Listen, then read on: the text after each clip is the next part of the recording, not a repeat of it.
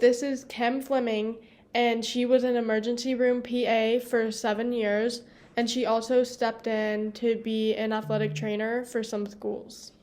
So, some of my goals that I want to reach when Zooming with Miss Fleming are to know if I can actually see myself working as a PA or as an athletic trainer, to learn how physically demanding being a PA or athletic trainer is, to learn more about what happens in an emergency room, to find out what some of the experiences might be like for a PA or athletic trainer, to learn if I could deal with trauma, to find out how many years of school it took to become a PA, to find out how stressful her life was while working, to find out if becoming a PA is really worth it, to find out how much money she put towards medical school, and to also understand the amount of commitment it took to be a PA and how much commitment it took to be an athletic trainer.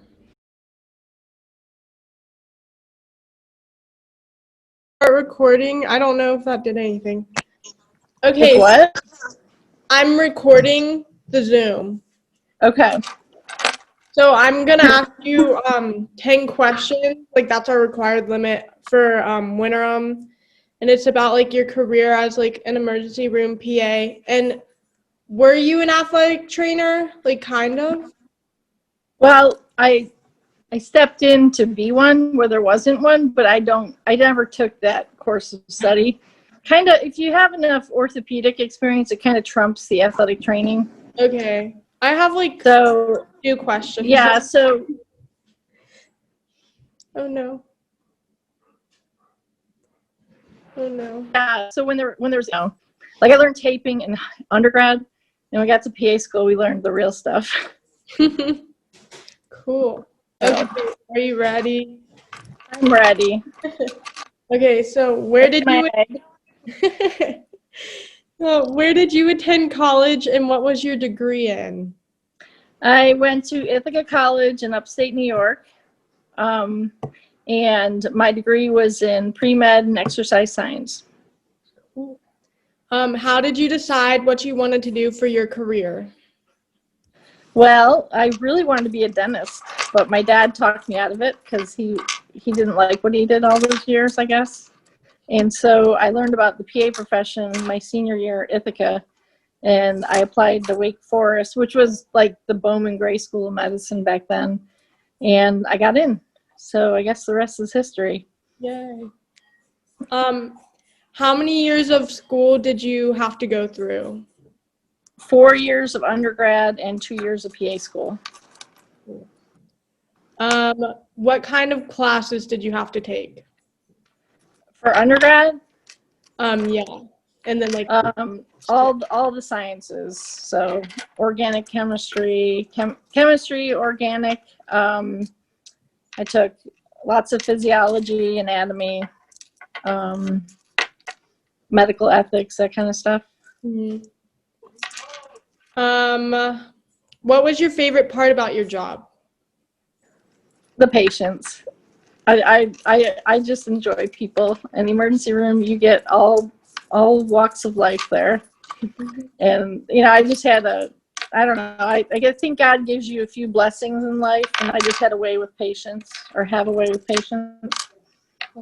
So I brought a sense of calm to the room, even in a bad situation, Yeah, and helped them get through it. yeah, that's good. And then, what are some of your most memorable experiences in the emergency room? Probably the 17-year-old that got dropped right at our ambulance bay, and he had a gunshot wound to the chest. It went through and through, meaning it went through his chest and out his back. Mm-hmm. And I'm just a PA, but I do have a lot of years experience. I was working with a younger doc, and we obviously ran the protocol. He was not supposed to be at our hospital, but his friends literally dropped him out of a Jeep. And so we worked on him, and after about less than 10 minutes, I looked at the doc and I looked at the patient, and I said, "I think you're going to be okay." And he looked at me, and I said, "I don't know." I had a sense of calm because his vitals were good. Mm-hmm. And I said, "I think this is your second chance. God's giving you a second chance to turn your life around." And so it turns out he was in our department 22 minutes before he transferred into Baptist. And I told the doctor, I actually bet him $100 and never got the $100, that it was a through and through and it was a clean entry and exit. And it was. Like, they scanned him. We couldn't scan him in our ER. We were just hanging fluids and blood to stabilize him. But we followed him on the Epic system, and everything turned out good. So that was pretty insane. That's But, yeah. And probably my worst experience was a young mom who had an ectopic pregnancy. mm-hmm. And I guess she ruptured at home. Her boyfriend drove her to the hospital, and she passed out. And when we got, again, they pretty much brought her in our ambulance door, which is not where patients are to come. Usually that's for ambulances, but anyhow, they just go wherever they can find the entrance. But she was almost clinically gone when we got her. And, they're trying to figure out, drug overdose, stuff like that. And I don't know, I think God gave me this good gut sense. And I just looked at, the age of her and pulled up her history real quick. And I told that doctor, I said, run a pregnancy on her real quick. I think it's ectopic. And Ben looked at me and he was like, no. And again, a younger doctor. And it was an ectopic. And so OB came down and, they turned our room into an OR, which they rarely do. And they saved her in the ER, but she passed away like 2 days later. It was a pretty bad situation. That's That was, we see a lot of sad stuff like that because she was 27 and had a young 2-year-old, and yeah, it was just bad. What did you find most challenging about working in the emergency room? Probably life and death situations. It's physically and mentally exhausting, to say the least. You can go, I worked 7 years, 7 days on, 7 days off, and sometimes had extra shifts in between. You can't take your problems to your job because the problems that you're going in to face that night are even worse. Yeah. You have to be spot on every time you go there. Mm-hmm. So, a lot of times you're running on a few hours of sleep, and, Yeah. you've always got to do the right thing and put your game face on, even if you're having a bad day. I don't think people should enter medicine for the glory of it or for the paycheck, because that's never going to work out for you. Yeah. And then these are athletic training questions. Okay. What were some of your experiences as the fill-in athletic trainer? Probably, and I think your brother was on the team for this. Maybe the kid that dislocated his shoulder from Northwest. Coach Steele came out and he's waving me on, and he looks at me and he says, "What do you think?" I said, "His shoulder's out."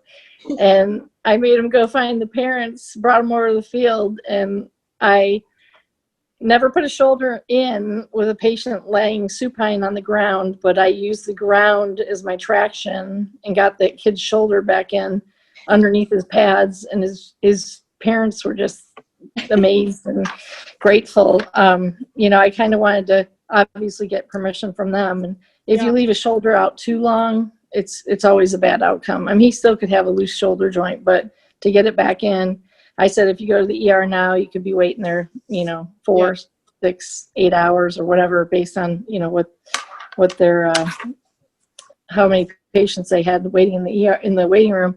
And they said, no, put it back in. So I did that, and then probably relocating a finger in front of, and both times in front of Coach Steele, as big as he is, he almost passed out. He couldn't handle it. I don't think Coach Flemming could either. But, and then, I don't know, training. I mean, you have to, I kind of gauge the situation based on the kid and the parents, because I obviously have way more training than a trainer. Trainers can't put shoulders back in and stuff like that. But yeah, I don't know. I feel like if you do the right thing, you're never going to get into litigation over it. Just go home and pray about it. And these parents seem pretty awesome, and I referred them on, and everything turned out good, and they were thankful. Yeah. That's good. And then Do you think about or did you think about a career in athletic training or sports medicine before you became a PA? Um, no, not really. And actually, Ithaca has a really good athletic training program. They have good physical therapy and AT program. I just I felt like I wanted to go further. Like I wanted more autonomy with medicine. I just felt like I could do more.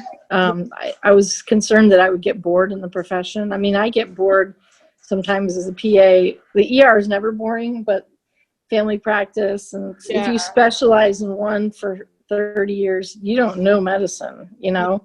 Whereas like the ER, you learn how to deal with someone who just got diagnosed with a brain tumor, someone who just had appendicitis, someone who just miscarried, somebody who got a gunshot wound to the chest. I mean, it's all over the place. Yeah. So I kind of wish I'd done emergency medicine straight out of the chute rather than wait until the end of my career.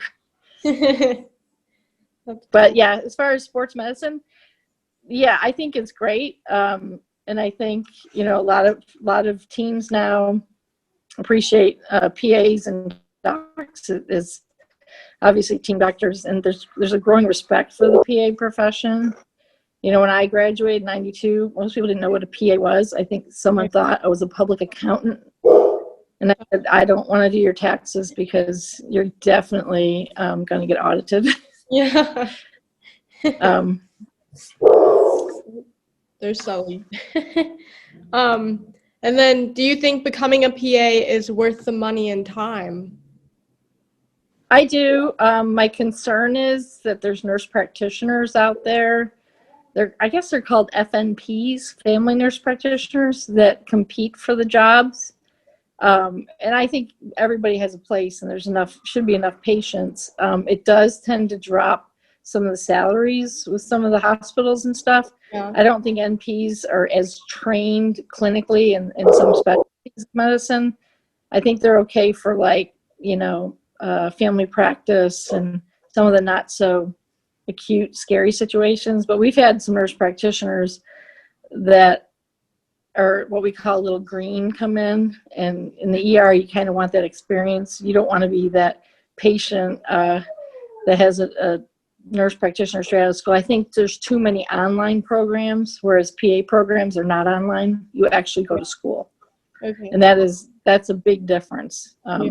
Especially in medicine, you can't Yeah. teach it. You can't teach it Online. on. Yeah. Yes. All right. So, Well, but I think that the nurse practitioners, once they get their feet under them, they'd yeah, be fine. But that takes a good 5 years. that takes a while. Yeah, All right. Well, but that it's worth it. I mean, PAs, I think we're in the forefront. I mean, if people go to PA school, it's not just about the money. I mean, I think you make anywhere from 85 to 150,000 and higher if you go into surgical settings and ERs and stuff. But if you're good at it, you can make more. You can make a lot of money part time if you want to be a mom and stuff, which I did for years. yeah, yeah, But yeah. it's worth it. I'd find the cheapest PA school because it's not worth it going to the expensive ones. Yeah. I mean, you want to go to one that's pretty accredited, but Good. you don't want to break the bank and be $200,000 in debt, because you have living costs and stuff. Um, it's too much money to have to get out of school and have those huge, the loan debt burden stuff Yeah. out there. But you have to be able to work with people, man, because Yeah. that's your business. You know how to. Yeah. Yeah. All right. Well, that's all my questions. Okay. Really Well, fun. good luck to you. Yay. Thank you for doing this. Oh, you're welcome. Take care. All right. So, one of my goals was to see if I could see myself doing both of Miss Fleming's jobs. I feel like I could see myself working as a PA possibly. Some of the things that Miss Fleming had to go through that involve handling life or death situations might be too hard for me. I feel like I would get stressed out from that situation. Being an athletic trainer would be fun if I did it for a college team rather than for a middle school. Miss Fleming told me a couple of good stories from the ER about a 17-year-old boy getting shot and surviving. Some sad things also happened in the ER, like a pregnant lady passing away. I did find out that to become a PA, you had to take 4 years of undergrad classes, so regular college, and then 2 years of a PA school. And you also had to take a lot of sciences. Mrs. Fleming thought becoming a PA was worth it because she got to meet so many different people and she got to have so many different experiences. It was not just the same practice of medicine all the time. She didn't know what to expect or what she was getting, and that made her job more exciting.